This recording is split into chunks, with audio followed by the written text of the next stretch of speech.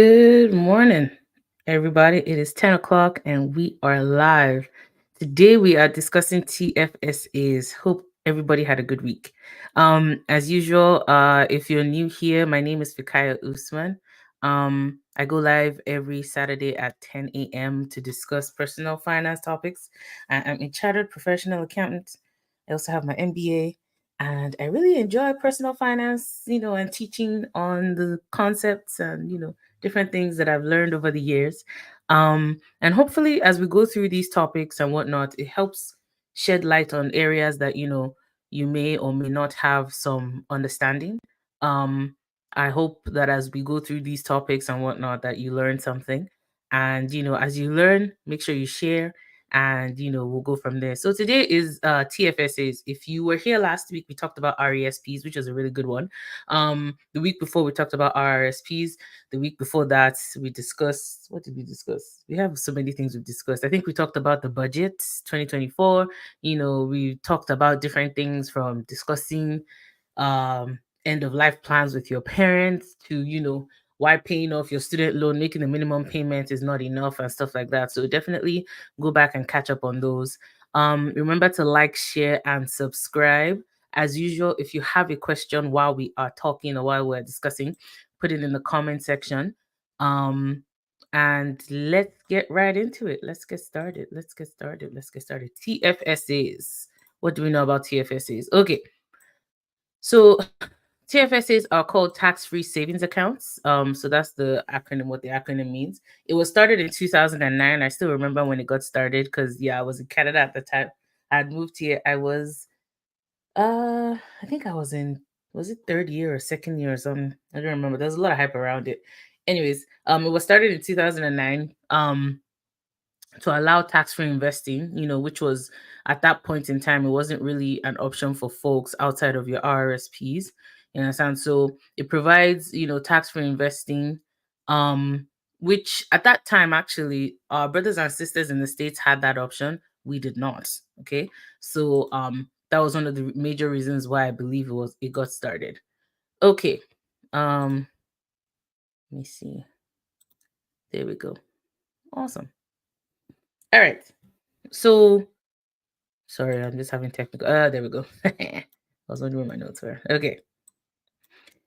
So TFSAs, what do I like about them? One of the reasons I really like TFSAs is because they are one of the simplest ways to get started in investing in registered accounts. So we've been going through a series talking about all the registered accounts that we have here in Canada.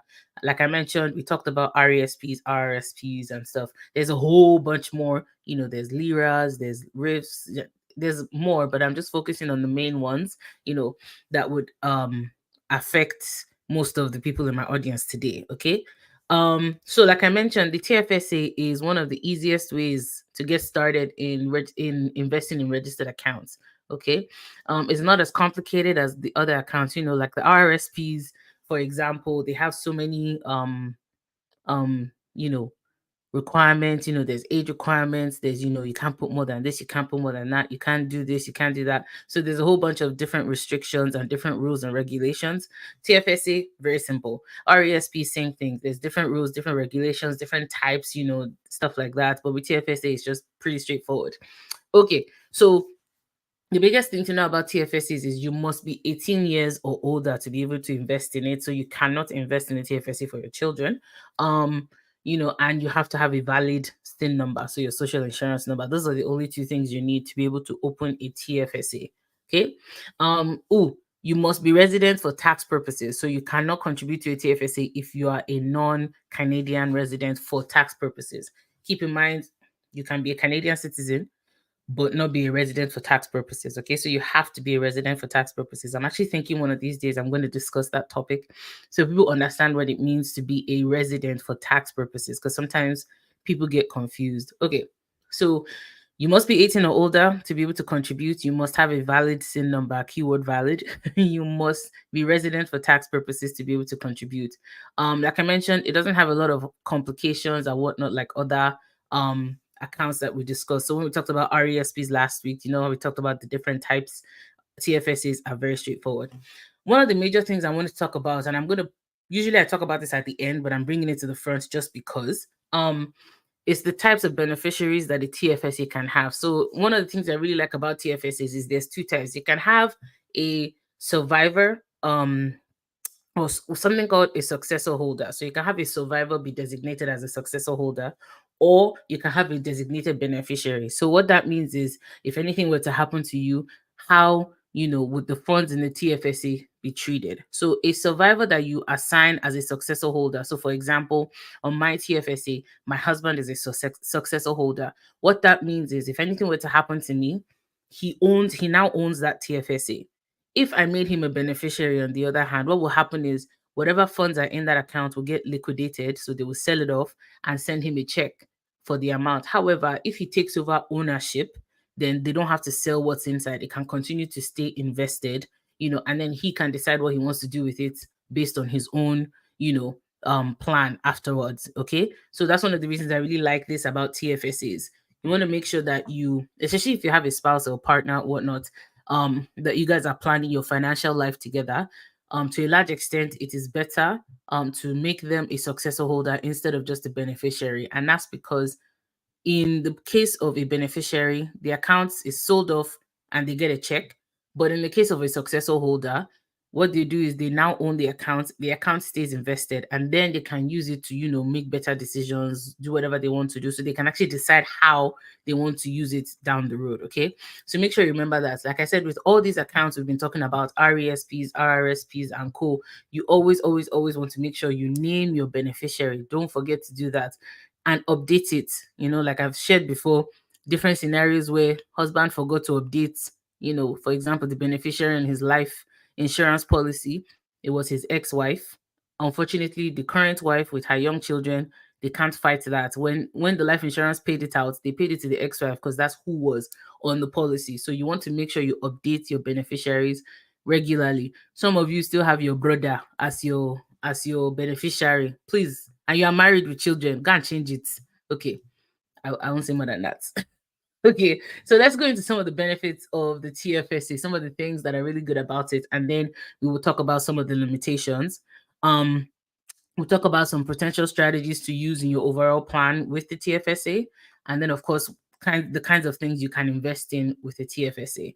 So remember, if you're new, please remember to like, share, and subscribe on this video and other videos. And if you have a question, comment, leave it in the comment section, and I will be treating them or taking them as we go. Okay, so first things first, money in a TFSA grows tax-free. Hallelujah. Thank you, Jesus. Praise the Lord, somebody. Okay, what that means is any amounts you put in grows, you don't have to pay tax on it. It can grow to the moon and back. You understand?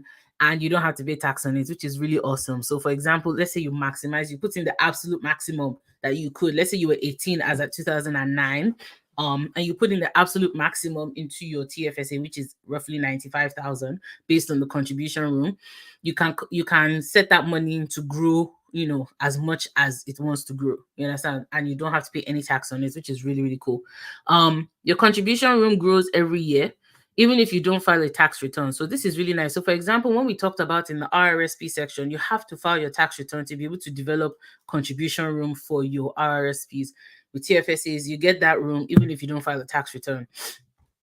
Even if you don't open an account, you still get that room. So for example, let's say you moved to Canada when you turned 18, you happen to be 18 in 2009, you've not opened a TFSA since then. If you open one today, your contribution room can go as far back as then, which is pretty cool. You don't need to have any earned income like in RRSP. So that's what I just explained, but you don't have to have any earned income. So you don't need any sort of income to be able to have contribution room in a TFSA, which is really nice. Especially, for example, let's say you have a spouse. Like I always use this example. Wife is a doctor, husband is a stay-at-home dad. He's not working. So whether he works or not, he still gets contribution room for a TFSA, which is really nice. Okay. The annual contribution room dollar limit is set by the government each year. So for 2024, it is $7,000. Last year, it was $6,000. So that basically means that's the maximum you can put in for this year, plus or minus any contribution room you have in prior years. So for example, let's say you didn't put anything last year and you want to put money this year, you can put in what you didn't put last year plus what you have available for this year, which is really nice. Like I mentioned, it goes as far back as 2009, provided you were 18 at the time. Excuse me. Okay, so between 2009 and 2024, if you were 18 and you've never contributed before, you have room of up to 95,000 to take advantage of. So that's why I said if you've never opened a tax-free savings account before and you want to get started now, you can open one and take advantage of being able to invest up to $95,000 tax-free growth, which is really awesome. Okay, so if you think that's nothing, $95,000 compounded annually at 8% is almost $500,000. So let's say you have 95,000 today, you put it in your TFSA and you do nothing with it. You just put it in a basic index fund. You understand? Basic index ETF. That money is going to grow to roughly $500,000 at 8%. Okay. So what we're talking about is serious stuff. Okay. Um, don't underestimate the power of the TFSA, because a lot of people tend to underestimate it and people use it a lot for, you know, savings or like using it as a place to park their emergency funds and whatnot. And we'll talk about that as we go down the road in the next section. Don't do that, okay? Don't underestimate TFSAs just because the annual limit seems small, because a lot of people say what's $7,000, it's not that big a deal, but it adds up. You understand? If you put in, like I mentioned, let's say you were 18 back in 2009 and you decide to maximize your TFSA, $95,000 invested today, and you continue to put in $7,000. So as of today, it's 7,000. Let's assume it stays 7,000, which that's not the case, but let's assume it stays 7,000 for the next however many years. That money will grow to almost $800,000 at 8% over the next 20 years. You understand? If you use 20 conservatively. Okay. So again, don't underestimate the power of the quote unquote small contribution room that the TFSA has. Okay. One of the things I really, really like about this account is you don't lose your contribution room if you withdraw your money. So remember when we talked about RRSPs? If you take out money from an RRSP, that contribution room is gone forever. You cannot replace it. In a TFSA, you can actually replace the money, right? But obviously there's a timing limit, which I'll talk about in the next point. So withdrawals can be replaced, including the amount that the money grew. So let's say you put in $10,000 in your oh no, let's go back to our example. We mentioned, let's say you maximize the $95,000, it has now grown to $500,000, just as an example. Let's say you withdraw $50,000 for whatever reason, you want to buy a car. Okay, January 1st of next year, you can put in $50,000, okay, and replace what you took out, which is phenomenal, especially when you think about the fact that with an RRSP you cannot do that. So you don't lose your contribution room when you withdraw. Okay, and withdrawals can be replaced, and that withdrawals includes your contribution room plus the growth. Okay, which is really, really nice. Just always remember it's January 1st of the following year that you can make the contribution. So if you take out a withdrawal this year, don't put it back this year, right? If you don't have contribution room. If not, you're going to get taxed, and the tax is quite nasty. Okay. Another thing I like about it is you can withdraw your money at any time with no penalties, no fees, or the like. Again, when we talked about RRSPs, once you withdraw money from an RRSP, the first 5,000, I believe it's 10%. From 5,000 to 15, it's I think 20. And then I don't remember, if you watch the video, I went into the actual details there. If you withdraw anything over 15,000, I believe it's like 30% penalty. But with TFSAs, you can withdraw your money at any time. There's no penalty, there's no fee. And like I mentioned, you can always replace it tomorrow if you decide you have the money to replace it. Okay. You can recontribute, like I mentioned, in the same year, but you have to make sure it does not exceed your available contribution room. So let's go back to that example. This person has grown their TFSA to $500,000. They take out 50,000 to buy a car. However, the contribution room for that year is only $7,000. The maximum they can put back in the same year is $7,000. But January 1st of the next year, they can put back the difference. Okay. So always remember that when you're making withdrawals from your TFSA, it's very important because, like I mentioned, there is a penalty on that if you over contribute. Okay. Another thing like I really like about it is contribution rooms can be carried forward indefinitely. So in the sense of, you know how with RRSPs you have to stop contributing by 71 and blah blah blah. In this particular case, if you've never opened a TFSA before, if you open it today, all the contribution room for prior years, you get it, plus the contribution room of this year. So it carries forward indefinitely, which I really like. Okay. And it's really nice to take advantage of, especially when you've maximized other accounts and then you're looking for where else to park your money if you have extra money to invest. Okay. Another thing that I really, really like about, and you guys should actually really, really like this, is because income earned on TFSAs, they do not affect your benefits or your credits when it comes to taxation. So in the sense of money from an RRSP is considered income, okay? Money from your job, whatever, is considered income. Money from a TFSA is not. So let's say you've grown your TFSA portfolio on right to the $500,000 we've been talking about since the beginning, right? If you withdraw money, let's say you take out the 50,000 to buy a car, to live off of, to go on vacation or whatever, when you apply for your benefits that year, benefits like, for example, the CCB, the Canada Child Benefit, your GST credits, employment insurance, stuff like that, it does not affect those payments. Okay. Any money you take from your TFSA does not affect those things. Things like CPP or old age security, your GST credit does not affect stuff like that. So, for example, let's say someone has grown their portfolio, like I mentioned, to 300,000, for example, they take out 30,000 to pay their bills and whatnot. The government is not going to count that as income for them. So that is a really big deal. That's what I'm saying. Don't underestimate the power of a TFSA. Okay. There's no age restriction on contribution or requirements to withdraw like the RRSP, right? So, for example, like I mentioned with RRSPs, you have to get to 87. You can only contribute to 871, after which you have to start withdrawing. There's no such thing with the TFSA. You can let your TFSA grow from now till their kingdom come, okay? Which is really nice. You can also contribute to your spouse's TFSA without restriction. So you know how with RRSPs there's a maximum you can only put into your spouse's RRSP up until your own contribution room.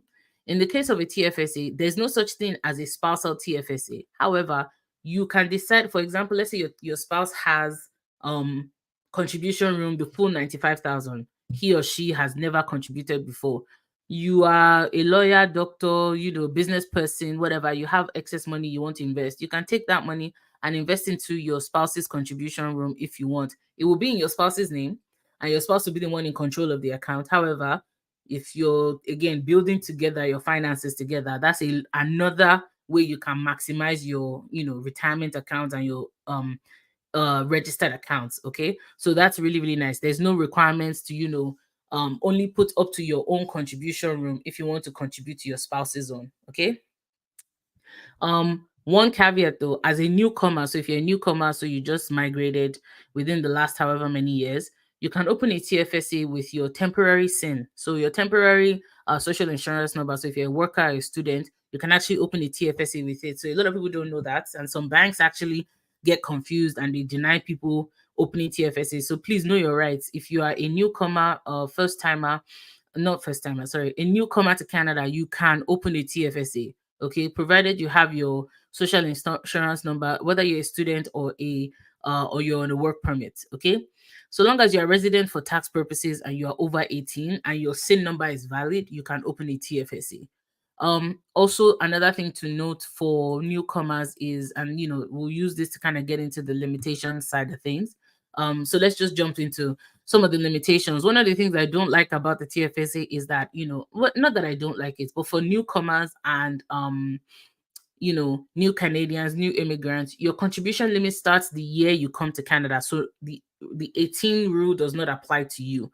Okay. So even if you were 18 as of 2009, the fact is if you came to Canada last year, your contribution room is only last year's amount plus this year's amount. Okay. So that's something to note. However, say you came to Canada 2009 or before, then again, you have the full 95,000 contribution room. Anything after that, it's only the year from which you came into Canada that you can, excuse me, contribute. Okay. Some of the limitations to TFSAs, one of the things I don't like is there is a 1% penalty tax per month for every single month you are over contributed. So in our example, guy grows or girl grows her account to $500,000, makes a withdrawal of 50K, right? And makes the mistake of putting back the 50K in the same year. That $50,000 is going to be an over contribution plus or minus any contribution room she had before. Okay, and there's a 1% per month penalty tax on that amount. So if you don't catch it quick, it adds up. Okay. And you know the TRA, they're gonna get their money, okay, depending on the amount of the over contribution. So you want to make sure you don't over contribute. Always be mindful of that. If you make a withdrawal, just wait till January 1st of the next year to put it back in, and you will be in the safe zone. Okay. um One of the limitations of this account, you know how we mentioned, when you withdraw money, for example, it includes the growth that you can put back in. Losses, on the other hand, are not considered part of your contribution room. So let's say you invest $100,000 into your TFSA, just for easy math, and you lose money. That money is now 85,000. You don't get that $15,000 as contribution room again. So losses are not considered part of your contribution room. However, the growth, the money that grows, if you withdraw, you can replace it. Okay. um Another limitation to this account, and one of the things I don't like, is the fact that the contribution room is really low. So $7,000 is, that's not even up to 1,000 a month. So if you are someone that's a high saver, or someone who has a lot of free cash flow, you're quite limited into how much you can put into a TFSA. Again, that $7,000 is does not include prior year contribution rooms. Okay, when you add up, let's assume you have maximized your TFSA. So all you can put in this year, for example, is $7,000, which can be small, no offense, if you're depending on how much you make, right? Um, so, I think the $7,000 at some point should be increased. At some point, I think it was during Harper's government, it went up to $10,000. And a lot of people, some people did not like that. They brought it back down to 5,500, which is really small. So again, and I understand why, because again, it's a tax-free savings account, meaning they're not going to eat anything from the growth that this account gets. So it makes sense. That said, though, I do think 7,000 is low. I think we should push closer to the $1,000 a month range, right? So that way people can balance between the, you know, tax deferred type accounts, and then of course the tax advantaged account like the TFSA. The $7,000, like I mentioned here, can be increased to allow for maximum compounding. Okay.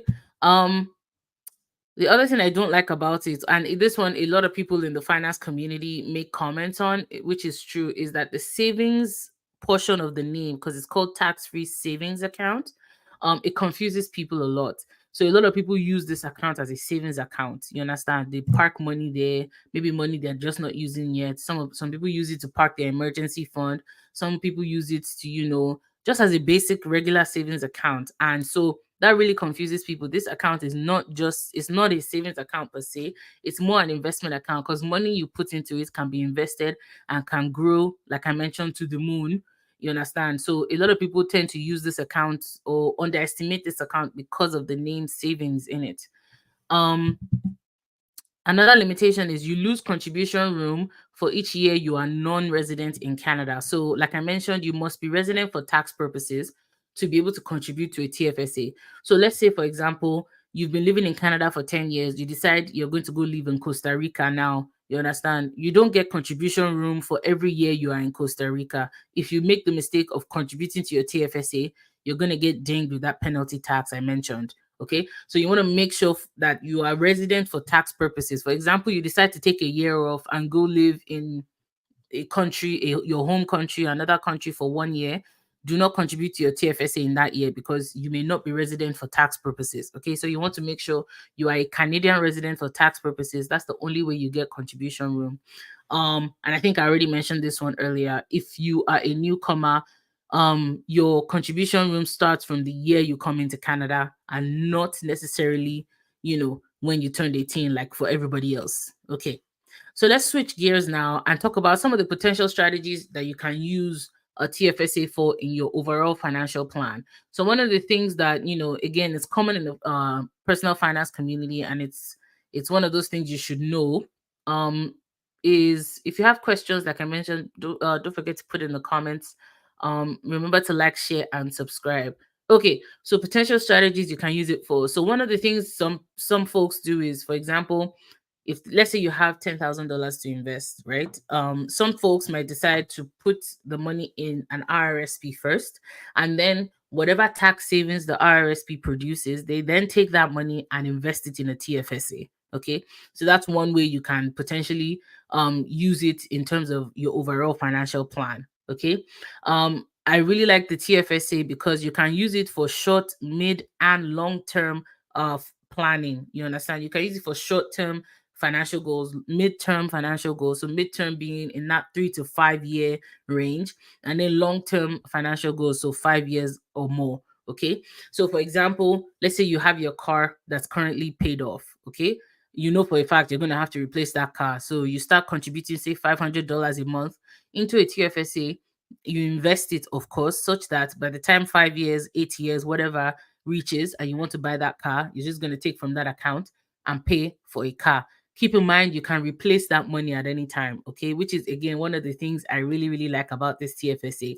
So you don't lose that contribution room. Let's say you put in 500 a month, the money grows to 80, 90, $100,000. If you withdraw that money, you can replace that 100,000, okay?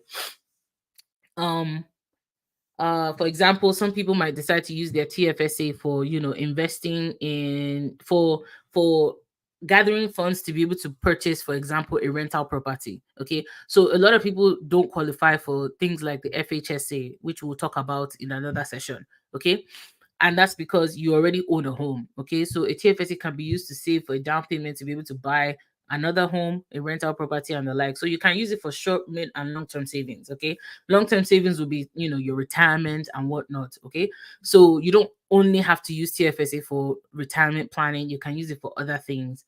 Um, Last but not least, make sure you don't use it as just a savings account where you just park money. So don't just leave your account in cash.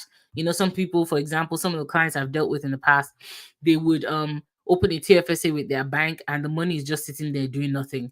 Okay, make sure it is invested in something. Always make sure it's invested in something. So let's use that to switch gears. What are some of the things you can invest in, right, in a TFSA? So remember, as usual, these registered accounts, so I mentioned this when I talked about the RRSPs, the RESPs, and now it's TFSA. The TFSA itself is not an investment. It is a container that can hold investments in it. Okay, it's not an investment in and of itself. It is a container that can hold investments. Some of the type of investments it can hold include cash, GICs, so guaranteed investment certificates, mutual funds, ETFs, bonds, stocks, and of course, any of the above that I mentioned just now. So GICs, mutual funds, ETFs, bond stocks, whatever. Any of them that invest in alternate assets such as crypto and real estate. So you can't hold real estate or cryptocurrency in your TFSA. However, you can hold ETFs, for example, mutual funds that invest in such things. Okay. You must be careful on US stocks. So if you are investing in US stocks or ETFs in your TFSA, be very careful because dividends may be subject to a non-resident withholding tax of 15%.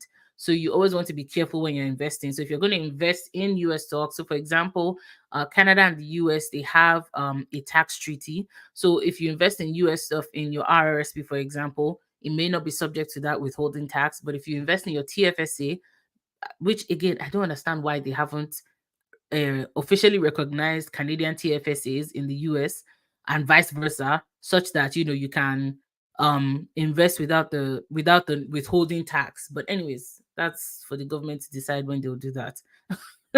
So basically, if you invest in US stuff, it might actually be subject to a withholding tax. So the government in the US, they're going to withhold on any dividends that you get paid. However, if you're going to invest in index ETFs or mutual funds and whatnot, it's quite small, so it may not be something you want to worry about just yet. But as your portfolio begins to increase, you want to make sure you check that out.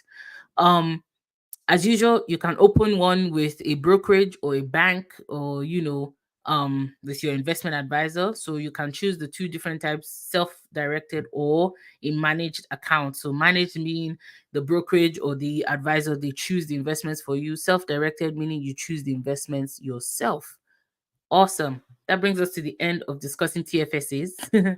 um, as usual, this is Fix It Finance. My name is Fikayo. If you are new here, we meet every Saturday at 10 a.m. Mountain Standard Time to discuss personal finance, different personal finance topics. Make sure you check out the videos from last week, where we talked about RESPs, especially if you have children. That was a really good one. We talked about RRSPs the week before. We've talked about different things from the budget to taxation, different tax stuff you can take advantage of. So make sure you check that out. Usually we take questions, so there are no questions today, so I'm assuming it was straightforward, it was clear as mud. Okay. Yeah, thank you so much for joining us. We will see you next week, where we would likely discuss FHSAs and contemplating another topic though that I want to talk about, but we will discuss FHSAs at some point as well. Okay, thank you so much for joining. Have a wonderful rest of your Saturday. See you next week at 10 a.m.